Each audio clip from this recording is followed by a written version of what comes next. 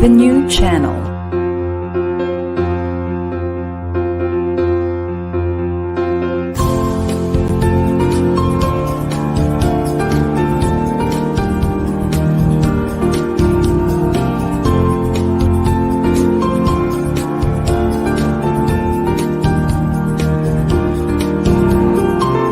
The new channel. Hashtag TNCNow.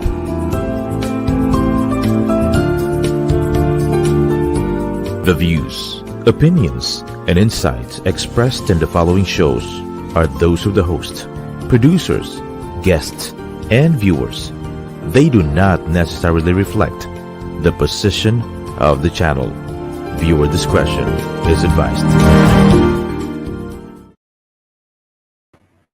Hello, and welcome to the new channel. Our passion transforms a community that see all things new. I'm Nato Agbayani here on hashtag Para sa Bayan. Welcome and good evening.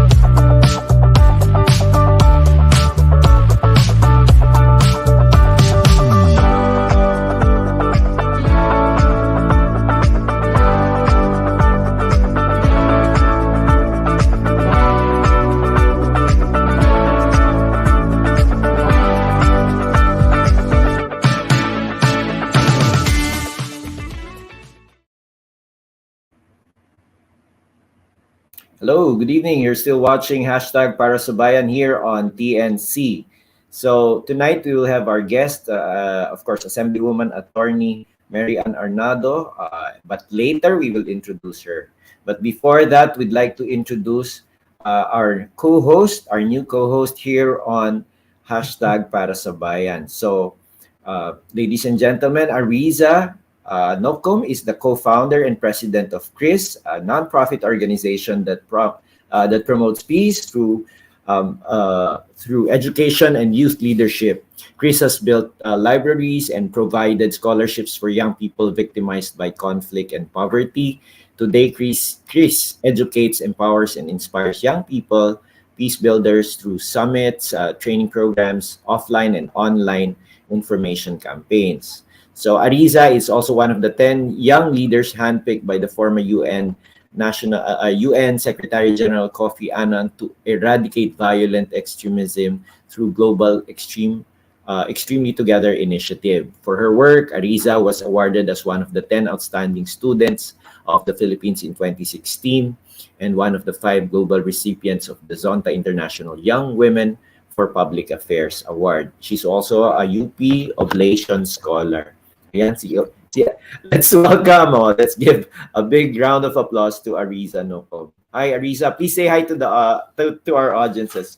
Hello, sir. Sir Nato, thank you so much for that kind introduction. I'm so honored to be part of this show, Para sa Bayan, and to be your co-host for this. And I'm so happy to say hi to everyone watching us on the new channel. I'm very excited to be part of it, and I hope that I can add value as a youth leader, as a woman advocate, as a peace-building advocate to the discussions that we're going to have. Back to you, Sir Nato. Thank you. I mean, we're really proud to have you with us because, this is Para sa Bayan, and, a lot of our kids now are into content that's really very, popular, but not really edifying to the society. So we need more young people and content creators such as yourself to join us here on TNC, and we're so happy to have you. So, Arizza, let's without any further ado, let's welcome our tonight's guest, no other than Assemblywoman Ann Arnado, formerly of MPC, Mindanao People's Caucus. So please, she is also a member of parliament, no? So tawag natin lumang tawag yan. Member of Parliament ng BARMM, ng autonomous region of Muslim Mindanao. So, welcome. Good evening, ma'am. Good Welcome to evening the show. po. Maayong gabi. Good evening to everyone. Good evening, Arizza. Thank you very much for inviting me this evening. And I would also like to say greetings to our viewers from the Bangsamoro Autonomous Region in Muslim Mindanao. Maayong gabi. Mayong gabi and assalamualaikum to our brothers and sisters in the BARMM. No?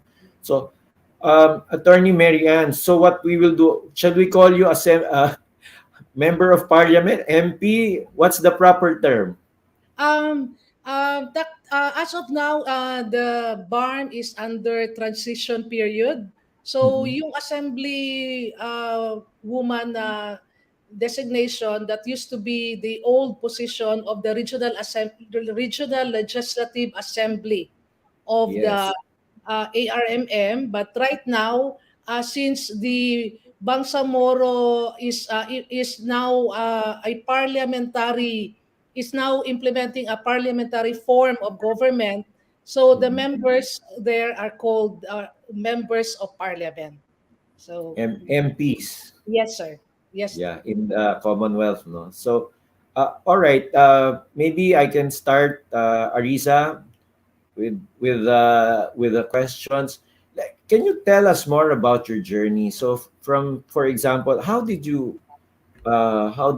go into this peace building initiative? What was the context? So, please tell us more about your journey. Um, I started very early in my peace advocacy. I started even during my university days when I was with the Mindanao State University in Marawi, where I was exposed to the different cultures in Mindanao, particularly the Muslim community in Mindanao. So during my stay there, more than 20 years ago, Mhm. I was able to immerse on what is really Mindanao. Kasi yung situation ng Mindanao is really very confined kung saan kang community where you belong. So for example, for me as a Christian settler, I was only limited to the communities of the Christians. But when I went there, I was exposed to the diverse cultures of Mindanao, including the indigenous peoples. And that's how I was educated to our history, our colonial past, and the continuing assertion of the peoples of Mindanao, particularly the natives, to be able to assert their own way of life, their Mhm. culture, and their aspiration for as a distinct people in Mindanao. Yeah. That's very interesting po, attorney. Actually, my family were also from Mindanao. My mom's from Sulu and my dad's from Zamboanga. So, naiintindihan ko din po yung mix ng Christian, Muslim, and other indigenous groups present in places like where you come from and where I come from. I wanted to ask po, since you talked about that union, that mix of these different cultures and religions, ano po yung mga problems na nakita niyo po growing up or when you were in university that motivated you later on to take up your position in the Mindanao People's Caucus and now in the transitioning parliament of the Bangsamoro? Ano po yung mga challenges that maybe continue to motivate you up to this day? At the time, we were really facing a raging war in Mindanao. There were so many displaced communities. There were Bakwit.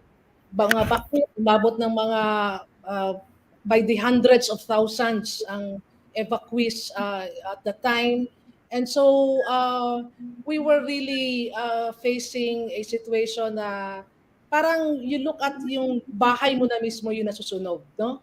So parang we began to at the time kasi parang there was also very strong yung anti-Muslim sentiment. It was also being used as a strategy to as for divide and rule strategy. So even at the grassroots level, matingkad yung biases, the prejudice, and the discrimination between and among the tribe peoples o yung mga tinatawag na indigenous peoples, the Yes. Bangsamoro, and the Christian settlers. So yun yung very challenging, no? Kasi we were really polarized at that time. So, of course, at that time, I mean, it's not so long ago, and the wounds are very deep, right? And as I understand, there's so much, merong disparity pa rin currently, and then still the segregation persists, right? But we've had, I mean, because of people like you and the efforts of peace builders in Mindanao, medyo malayo na po eh. So how can you compare it from the wartime to the current, shall we say, I don't know if you call it peacetime right now, no, or maybe maybe the situation is a lot better. So how can you compare it? For example, what are the gains or the milestones that have been achieved over the last, like you said, about 20 years, di ba? Napakalayo talaga ng change, no, in terms of our attitude towards our Muslim brothers and sisters, in Mhm. terms of our positioning, even on the use of war itself Yes. to resolve the conflict in Mindanao. So napakalayo, no. For example, when before, when you were asserting yourself as a Moro, parang you were immediately labeled as the enemy, no? Mhm. Parang then if you also, for example, for us Christians, if we begin to also advocate to stop the war in Mindanao, to uh, to uh, propose that there should be a peaceful means of resolving the armed conflict, you are also labeled as a traitor or supporter of the enemy. So mukhang ganun ka polarized yung situation at that time. Even the call to stop the war was already considered an act of treason uh, to those who are really hardline doon sa approach na the way to peace in Mindanao is to annihilate the Moro people, to finish the Moro Islamic Liberation Fronts. These were the battle cry in the early 2000 during the all-out war, which was declared by the former President Erap Estrada. Yes. If I And may then, ask po, ma'am. Sige yes, po, go go ahead. ahead. Ano, No, just, you mentioned po kasi itong all-out war, and I think yun din po yung experience namin growing up na as we were coming of age, you know, kids, yung young leaders from Mindanao, yung all-out war po talaga yung una naming naririnig. But through time nga po, as you said, there was really a radical change. Ano po sa tingin niyo yung naging turning point? And what factors led to us pursuing a more peaceful process and more reconciliatory process now po? Sa akin, I really look at the efforts of a very strong peace movement in Mindanao, which really delivered a lot of concrete changes in our communities. So this is already a combination of so many efforts, from the grassroots to civil society to Catholic institutions. The church was also very active, and the bishops were also bridging our communities, the ulama. So there were really people who invested so much on the peace building work, and we were persistent in our call to resolve the armed conflict through peaceful means, to negotiate and bring the parties to a principled negotiation to address the root causes of the armed conflict. These were our recommendations at that time, uh, as a counter proposal to the dominant call for a an all-out war. So parang ang nangyari before is really of course the government and the Moro Islamic Liberation Front were also exploring amicable and amicable ways of settling the conflict.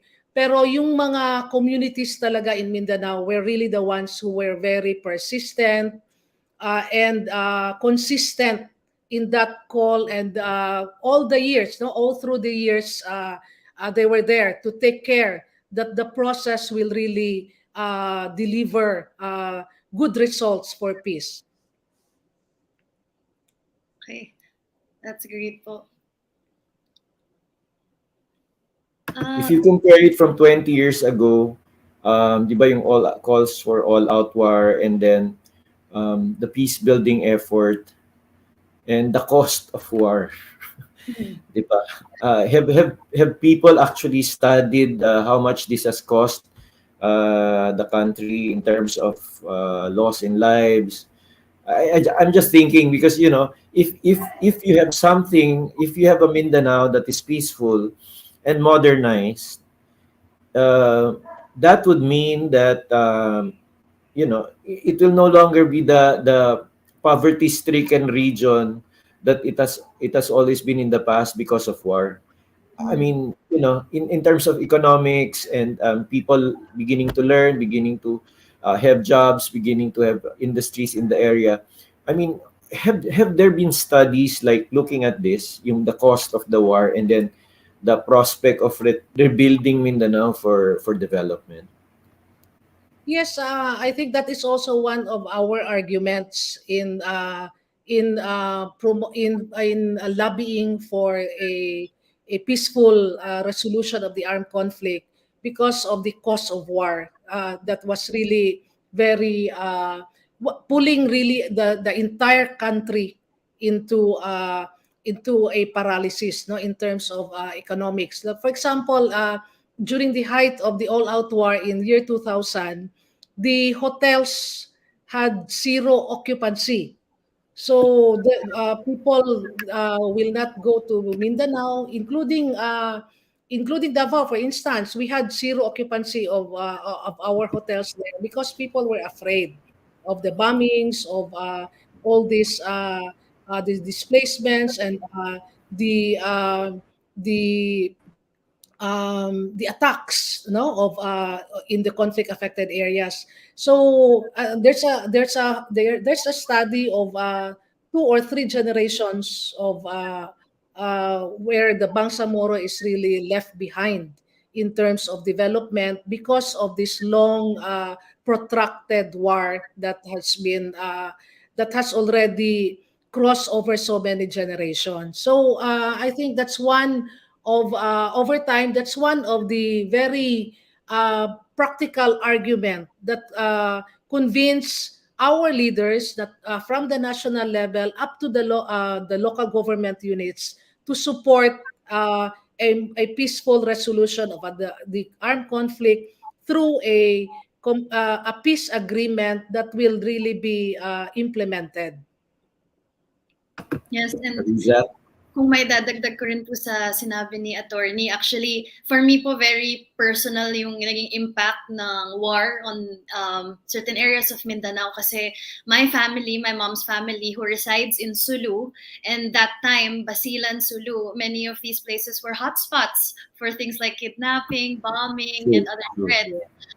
So actually, my mom's full family, almost their entire family, moved from Sulu.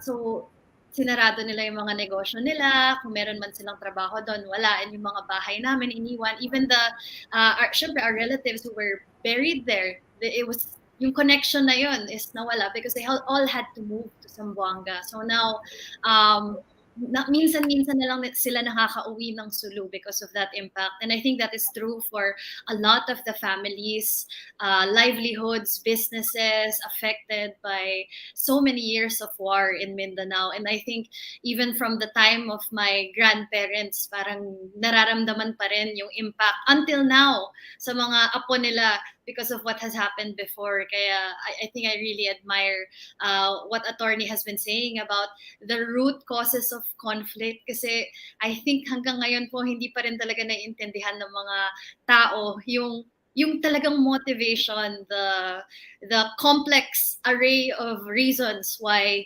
some people decide to take up arms from Mindanao. And I wanted to ask din a bit po about your personal journey, attorney. Kasi ako, I'm very amazed seeing people who are brave enough really to go out there and to commune with different factions and different ethnicities, different backgrounds, different religions.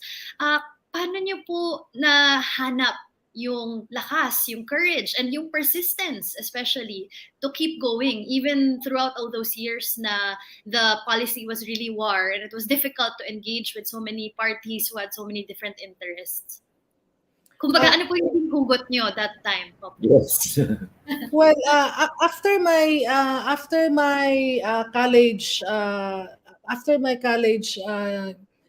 studies, I work immediately with the NGOs, no, the non-government organizations, and I joined several NGOs who were very active in Mindanao.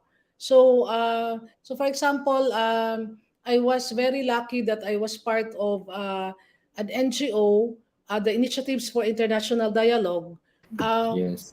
which was very active in the support for right to self-determination struggles, not only here in Mindanao but even in the region.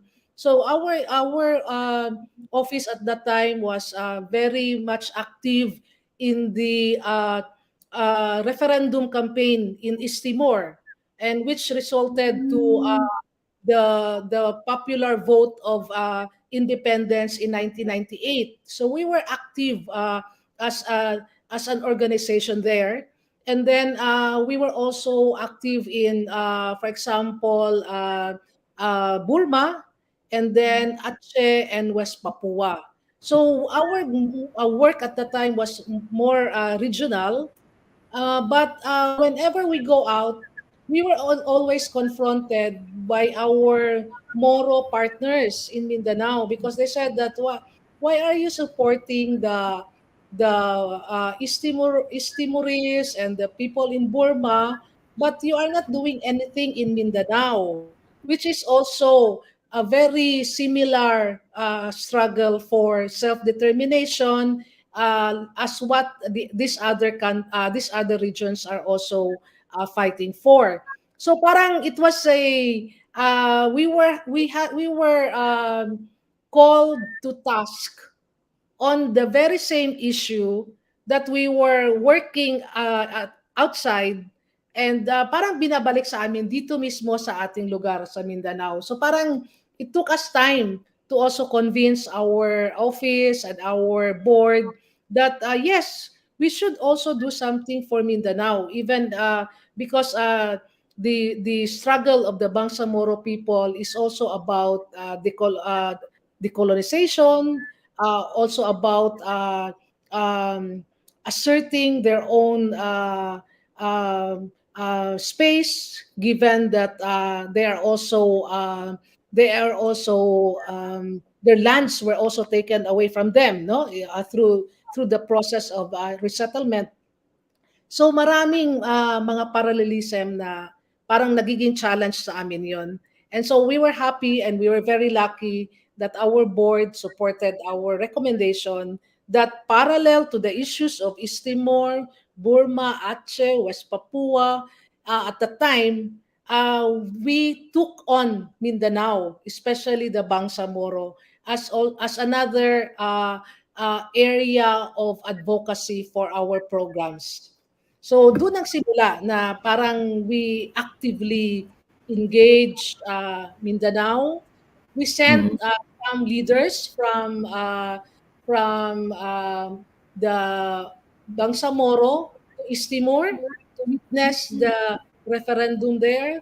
We also brought some leaders from, for example, Burma, to observe the the situation here in Mindanao. So parang we were able to connect the different struggles in the region, uh, and which is also, if you look at the parallelism of their struggle, ano talaga yan? It's really the situation, the conflict that we are all dealing with now are really unfinished business of the colonial project. So parang ganun yung parang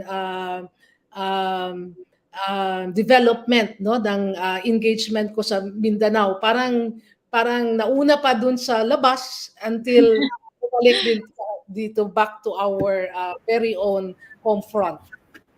I think it's the same, parang in the same grain, when you talk about Imperial Manila, parang ito yung Manila became the second colonist, no? Or the third or the fourth. Parang even now, people in Manila or in Luzon have a different view of Mindanao entirely. Unlike Mary Ann and Attorney Mary Ann and Arizza, who were there, who are contextualized very well in the situation. But for example, for people like me who grew up here in Manila, or who just travel in Luzon, diba, the impression has always been there that it was a good thing that I was exposed to people also in the NGO movement, who sa NCCP actually, who formed a Muslim Christian cultural group, so there would be an understanding of the struggles for self-determination and matters of really very important to Mindanao. But now now that there is a transition, now that for a long time this has been a struggle from the time of from the ARM now going to the BARMM. Do you think we have a better legislation now in terms of regional self-determination as compared to way back? I mean, do you think it's going to work? Yeah, I mean, what do you think? Well, I think it's going to work, and in fact, I have actually joined the Bangsamoro Transition Authority just last like 5 months ago. This Yes. is my first time to be with government. I had always been in the civil society, and so this is the first time. And so the belief that this is really going to work is the faith that this is going to work really pushed me to cross over from the civil society to government, no, because this is really an opportunity for us to ensure that the commitments in the peace agreement will really be implemented during the Right. transition period. We have a very limited time. We are already in the 3 years extension period, and there's a Yes. lot of institutional reforms that we still have to do. And so this really needs the help of so many people, so many stakeholders, and I'm glad that the BTA is also inclusive enough to bring in uh, representatives from civil society, indigenous peoples. We have more women there now. So I think the women there is already about more than 20%, around 20%. So that's a good Mhm. step already to, Yes. then we can just improve from there.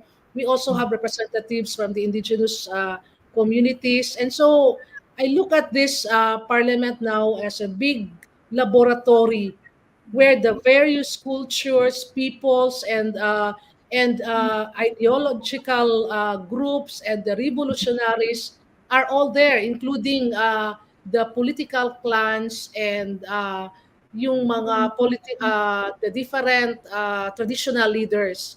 So it's really a Yes. laboratory where everyone will get to discuss, uh, share, debate, argue on the various ideas that they want to promote for peace and development in the Bangsamoro. So I see a lot of hope there, and of course there's a lot of things to be done, but I think we are this process where we are given the chance to lay down the arms, silence our weapons in the meantime, and then let's all bring the actors in the parliament. This is a good, this is a very good uh, formula, which I think will be able to deliver a much better result. Thank you. So, Arizza, attorney, so before we go into a break, I'd like to magsha-shout out muna tayo sa ating mga comments. No? We have Apple Manansala, good evening, PSB team, para sa Bayan team. Ayun, flash natin, direct, yan.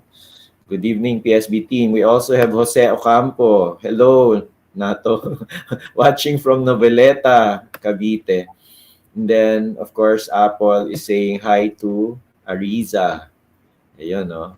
Then we have Irish Bianca Usobluna, watching from Cotabato City, where the center of the transition government. And then, of course, Apple again. No? Good evening, Attorney Mary Ann. Welcome to TNC. And then we have Samira Usman watching from Pagalungan. Where is that, Attorney? That's in Maguindanao. Maguindanao. It's a municipality in Maguindanao. We have King Gonzalez. Content you won't see anywhere. Congrats, Renato and Arizza. And then King Gonzalez, mabuhay po, MP Mary Ann. And then Rida from Good Evening, TNC and Attorney, ma'am. And then Marami po kayong fans, ma'am. We have Hydra Hashim Paglala watching from Maguindanao again, no? So mabuhay, determination. And then Irish, hindi ko memorize.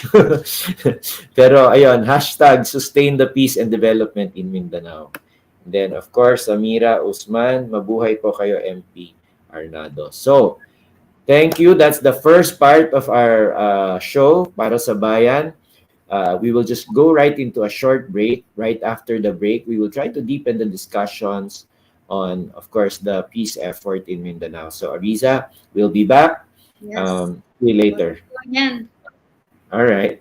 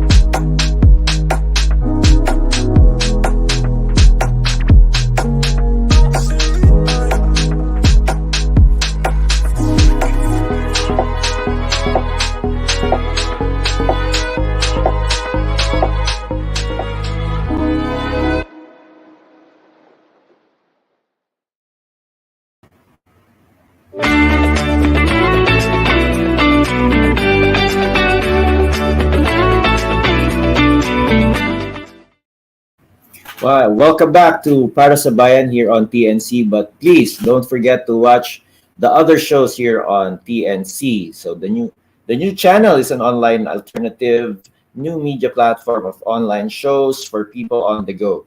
Please watch all our shows here seen on the screen. Imagine having your own show, your own playlist, your own content, but we make it easier for you. The TNC, of course, aims to transform the lives of our viewers through engaging, authentic, and original content. Our channel is a responsible global 24/7 platform that showcases Filipino talent, global influencers, cultural intelligence, and ingenuity. You can, of course, don't forget to watch our own show here, hashtag Parasabayan, every Saturdays, 9 p.m. And you can watch live or replay via Facebook, YouTube, or you can follow us on IG, listen to us on Spotify and Apple Podcast. For sponsorships, please email now at thenewchannel.com or send us a DM. Enjoy the life-changing shows because we made them all for you. So that's TNC. All right, welcome back, Arizza. So now we go deeper into the discussions, and I'm so happy that you're speaking not from from book knowledge, but really from actual experience with the struggle for self-determination in Mindanao. And it's been a long time, right? And Yes. people like you and, of course, MP Mary Ann Arnado have transitioned or are transitioning now Mindanao, which impacts the entire country, if you put it that way, di ba?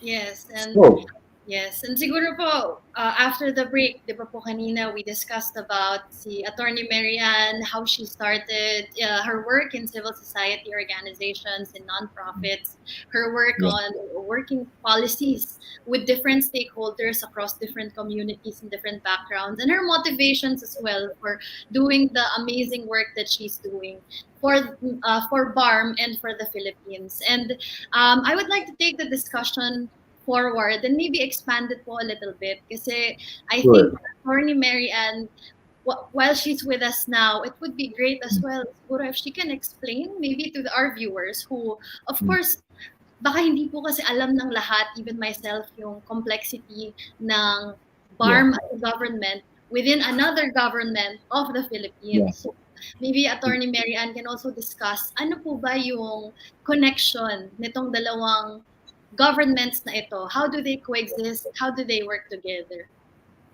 That's true. So, with that, Arizza, let's welcome back our guest, MP, Member of Parliament, Attorney Mary Ann Arnado. So, while you were at the backstage, Arizza was saying that why don't we contextualize so people would understand? Like, of course, our viewers watch different shows, but it is very rare for people to watch shows on Mindanao, and we're proud here on TNC that we can have this opportunity. Not proud because mayabang kami or what. We're proud because it's a really an opportunity for us to educate a whole lot of people on why is there struggle in Mindanao, what's the context, what's the history, very quickly. How we can no how we can explain that. Please, Attorney Marian, please tell Yes. us more about the background of the conflict and why we're here now. Yes.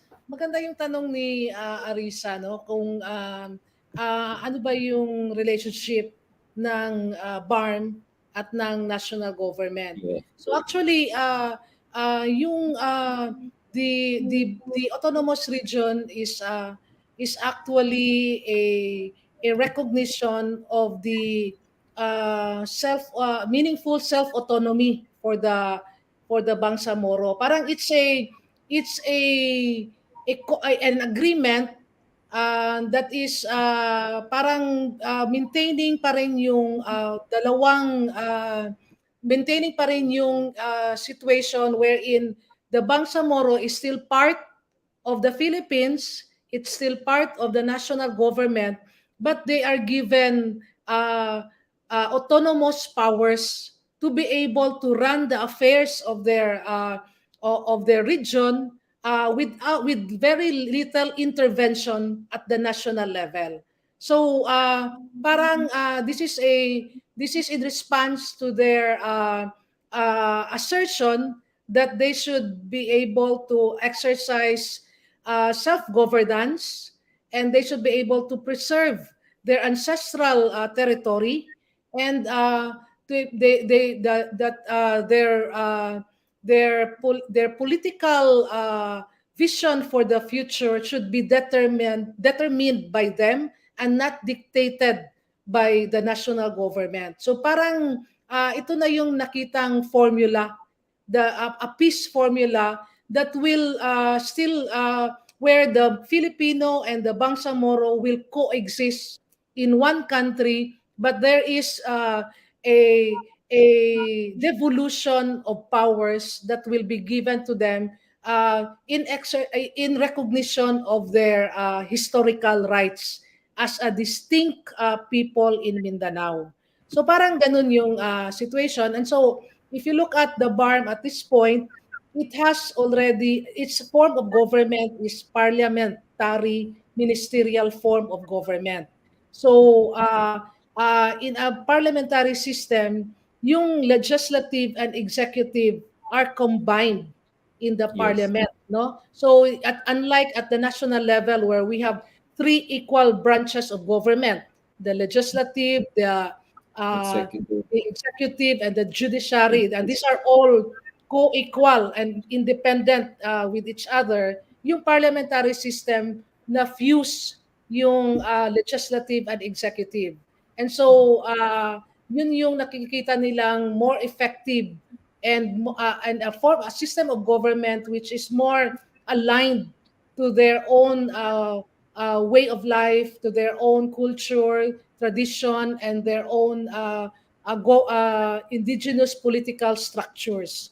And so yun yung recognition agad na that they are able to achieve in the peace agreement, and the signing of the peace agreement also resulted in the passage of the Bangsamoro Organic Law, which is already the organic the legal document which allows the establishment of the Bangsamoro Transition Authority. So mukhang sa nakikita ko, this is a very effective formula, and so far, to the credit of both government and the Moro Islamic Liberation Front, they are there, no? They are really pushing and working very, very hard to implement kung ano man yung napagkasunduan nila. There are, of course, a lot of hurdles because, as you know, Nato, yung negotiation, it took them 17 years to be able to sign a peace agreement. So matagal na proseso ito, parang ano yan from series of war to peace to ceasefire, and then meron na namang mga breakthrough, tapos nag-relapse na naman. So until they're really able to implement and really implement the transition period, the transition government. So at this point, they are there. Marami pa ring mga challenges, pero mukhang ano naman, everyone is really giving this a chance to really succeed and to deliver result. And what is good now, especially in the BARMM, people are really beginning to have faith that this will work. Yung mga business are also now opening their businesses. They are already investing. Before, pag mag-travel ka from General Santos to Maguindanao, parang there will be more checkpoints than there are stores. Parang, ang dami mo, puro yan mga checkpoints. Pero ngayon, pag mag-travel ka doon, ang dami mo nang makikitang mga coffee shops, meron ng mga restaurants, may makita ka ng mga pera padala, mga palawan. So, it's really thriving, no? Thriving yung economics doon.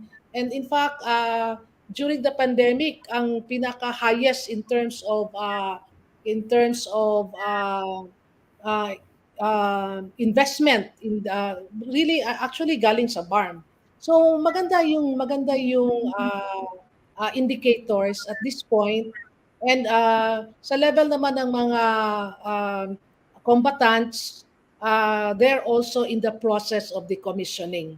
So thousands have already been decommissioned. I think at this point more than mga they're already in the third phase of the decommissioning. So there's a lot of uh, combatants who have already turned over their arms, and they are already trying to reintegrate back to the communities as civilians. So there's a lot of improvement already happening, and we hope na that will be sustained.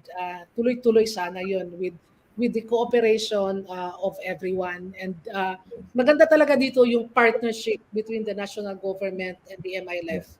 Over the years, they are able to build the trust with each other, and this has really propelled them to really bring the transition to a much higher plane na magiging mature na gobyerno yung BARMM, no? And of course na-train na rin nila yung mga MILF. Kasi yung mga MILF nag-transition din sila, no? Kasi they were from revolutionaries, from rebels, they are now already in the parliament.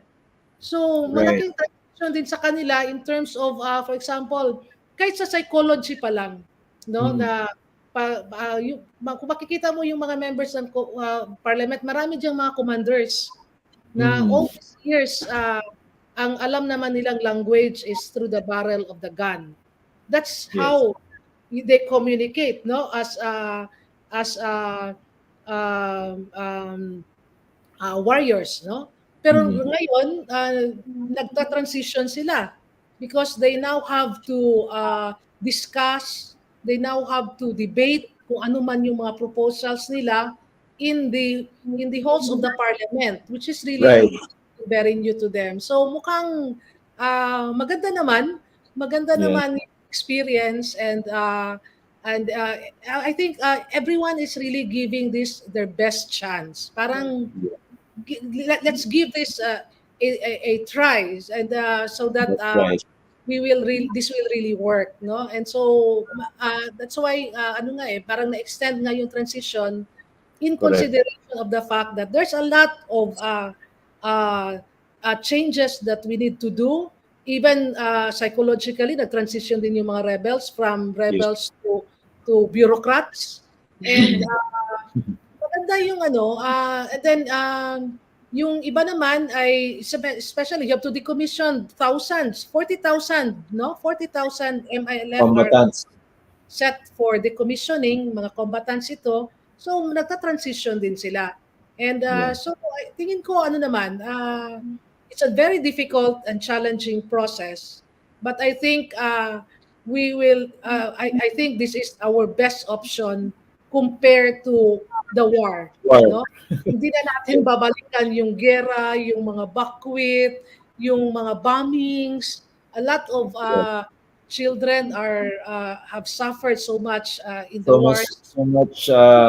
Maganda, it's a more healthy problem for us rather than the violence and the wars that we were experiencing before. Correct. I definitely agree po with everything that Attorney Mary Ann said. As in, tumpak na tumpak po lahat ng sinabi niya. And in fact, doon po sa mga sinabi niya, gusto ko lang po i-share na I feel personally na yung success ng BARMM ay success ng buong Mindanao, kasi two perspectives po yung nakikita ko, Sulu being part of BARMM and Zamboanga, where my dad is from, being part not of BARMM, pero nararamdaman po talaga yung progression, yung development. The connection. Yes, yun nga po, tama po si Attorney Ed. In recent years, there have been so many new businesses, new investments. Dati yung mga lugar, mga beach, mga island na kinatatakutan puntahan ng mga tao, ngayon maski vloggers na galing sa Manila o galing sa ibang bansa pupunta na. And there's so many different cuisines that are now being served, and also the acceptance of the Muslim community, the inclusivity is it's so much there. Parang a few weeks ago in Zamboanga, they opened the first McDonald's na merong prayer room for Muslims. Wow. Ones in the country. So, ang dami na pong nangyari ganon, not just in Zamboanga, but in other parts of Mindanao. And I think this is something that's also going to spread around the Philippines. Kaya sobrang, honestly, tumitindi ko yung balahibo ko in a good way listening to attorney kasi that bright future, it's really happening, and hopefully we can keep up the momentum. Siguro po ang tanong ko, and this is something that we also want to a challenge that we want to pose to youth leaders, kasi ngayon po ang issue ng BARMM minsan nalilimit lang po sa BARMM kasi naniniwala yung mga Pilipino na ang BARMM is for Muslims or BARMM is for just residents of BARMM, but the discussion is supposed to be national, and sinabi niyo na nga po, attorney, that we want to be as inclusive as possible. So how can Filipinos who are not from BARMM, how can non-Muslim Filipinos also contribute to what is going on in BARMM and support this peace process and building of this nation and autonomy that is happening po? But before you answer, attorney, before you answer that, I'd just like to, somebody commented, no, si Mod Kalis Kapina. So, guys, yan, alhamdulillah. P. Arnado discussion is very comprehensive and reflective of BARMM struggle. We need to stay socially connected to heal together as one in the spirit of dialogue, friendship, and peace beyond the Bangsamoro. So, sige, please answer. Answer us. Maganda yung point na sinabi ni Arizza kasi I just want to also highlight that the peace movement that really brought us here where we are, that led us to the signing of a peace agreement up to the transition, yung peace movement hindi lang naman sa Mindanao. We have a very strong peace movement here in Manila, which really helped us a lot in our advocacies, the lobby work here over the years. No, for example, I remember very well during the height of the war, at especially yung during the 9/11, where the very strong yung anti-Muslim. And so when we went, we had Muslim women who were with us, and when we went to the malls, for example, yung kasama ko na si Sister Arnold, syempre naka-veil din si Sister, di ba? And then yung kasama ko na mga Muslim, naka-veil din sila. Pero kung si Sister, tuloy-tuloy lang. Pero yung si ano naman, yung mga kasama ko na mga nakatundong, parang they were thoroughly searched talaga na kung pwede pa mag-ubara na lahat. So parang yung si Sister really nag-ano talaga, he really parang defended and protected our hijabis na. Sabi niya, ako ba, ito hijab man ito, this is also a veil. Why are you not checking me, and why are you checking these women who are also in veil? So parang di ba wala namang difference yun if you look at it from a security point of view. Pero ganun yun eh, kasi it's really yung that whole mindset na enemy, no? So so yung I'm really very glad na yung mga civil society here, the peace advocates, the church, they were all very supportive. Sila talaga yung nagtulak din, parang nag-meet yan from Mindanao to the national, and together we were able to convince the parties to the conflict to really sign a peace agreement. So I'm very happy na we have reached this far, and there's a lot of challenges. Actually, na-overwhelmed din ako sa current challenges right now, but for me, these are more healthy problems that we face compared to the worst times that we experienced before. What do you think, Arizza? Well, actually, so many questions pa po eh, but I think generally, ang ganda po ng sagot ni Ma'am na we actually can all play a part. Kasi tama po yung sinasabi niya na even if we have this BARMM transition, even if there is a lot of progress going on, marami pa pong pwedeng gawin ng mga karaniwang Pilipino eh. Tipong yung sa cases pa lang po ng discrimination, if we learn to not to stereotype and not to judge right away, especially True. since my misconceptions po about Muslims in the media or in perceptions na nakikita po natin online, sana po ay mas i-extend natin ng ating pag-iintindi or understanding. And ako po, I always say na kulang po ang representation ng mga Muslim Filipinos in everything that we see around us. Pag pumunta po kayo sa Singapore or sa Malaysia, pag nanonood po kayo ng parang videos nila about their country, lahat ng ethnicities represented, lahat ng religions represented. Pero sa atin po sa Philippines, more often than not, isang representation lang po, yung Christian lang yung nakikita po natin. We don't often see Muslim women or men on billboards or on commercials. We don't often see our indigenous brothers and sisters in mainstream forms of media. Kaya ang dami po talaga nating pwedeng gawin. And even if you're not part of BARMM, like what attorney said po, ang dami po talagang pwede pang itulong ng mga peace advocates and ordinary Filipinos everywhere. My take is, attorney, I'm so happy to have met you here online. Hopefully we can meet someday very soon.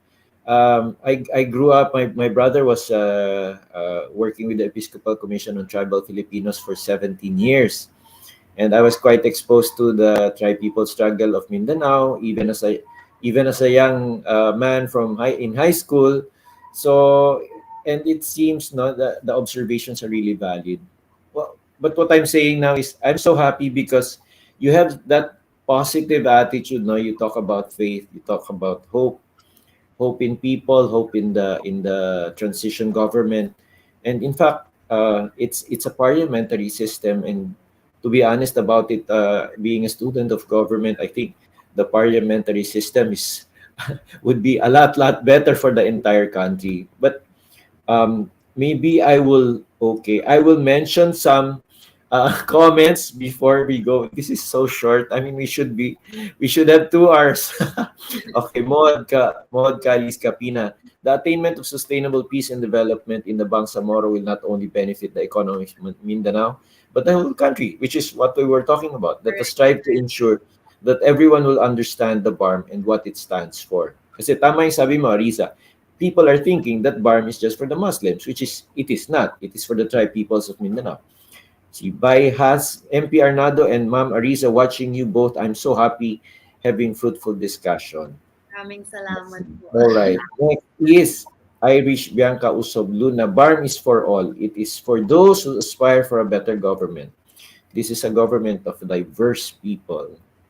So, tama, no? I mean, in other countries, people are well represented, no?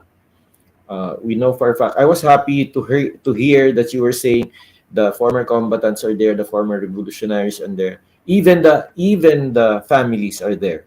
So the families who have been there for hundreds of years, ruling most of the territory, and this is and the peace advocates are also there. So this is really a challenge for the stakeholders. No, I don't.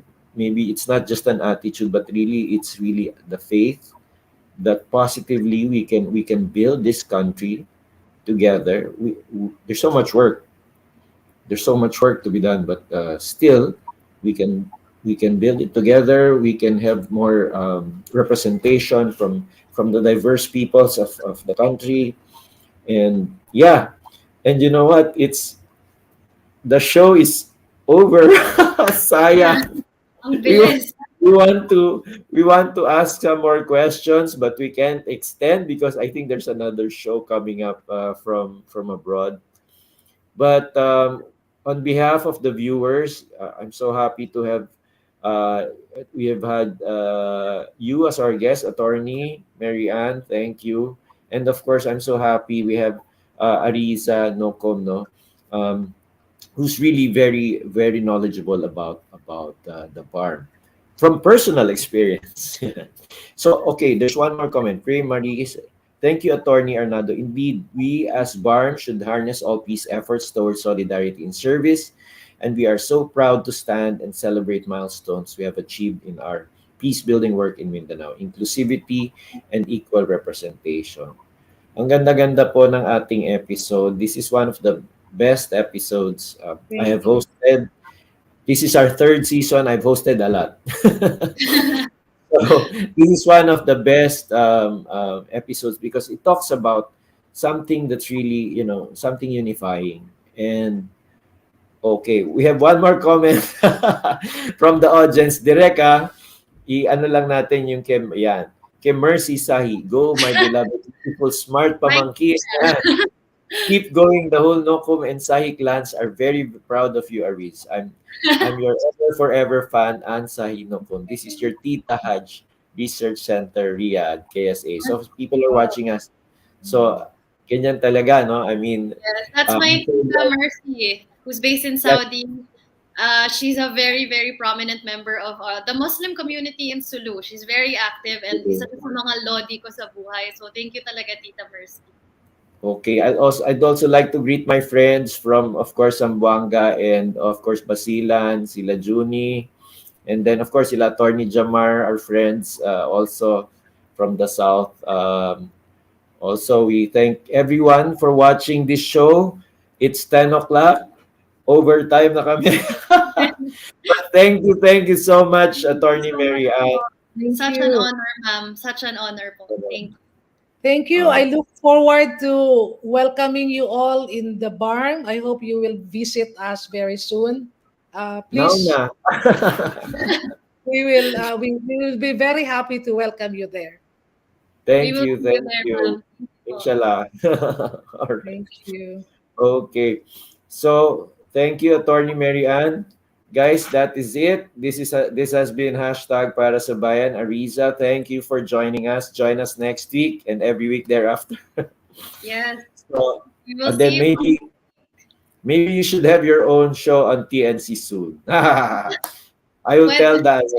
No, join us first sa season na to naman. Then after that, maybe you can have I think you deserve to have your own show for the young people who need to understand these things, diba? Parang it's really a good chance, a good venue to give content that's really meaningful, relevant for nation building. So, with that, ladies and gentlemen, at the backstage, thank you so much for joining us. On behalf of course, we'd like to shout out, of course, to our friend Maite. Thank you, everybody. That's it. Sana may part 2, Arizza, for Attorney Arnado, no? Baka kulang talaga yung one episode. Kulang po talaga. BARMM, ang dami po natin pwedeng pag-usapan. Siguro mga isang season ng BARMM. Magsi-series na lang po tayo. Yes. All right. Thank you, Arizza. Thank you po, sir. Such a pleasure. For joining us. God bless you, of course. People in the audience, God bless you all. Thank you for watching hashtag Para sa Bayan here on TNC. Bye. See you next week.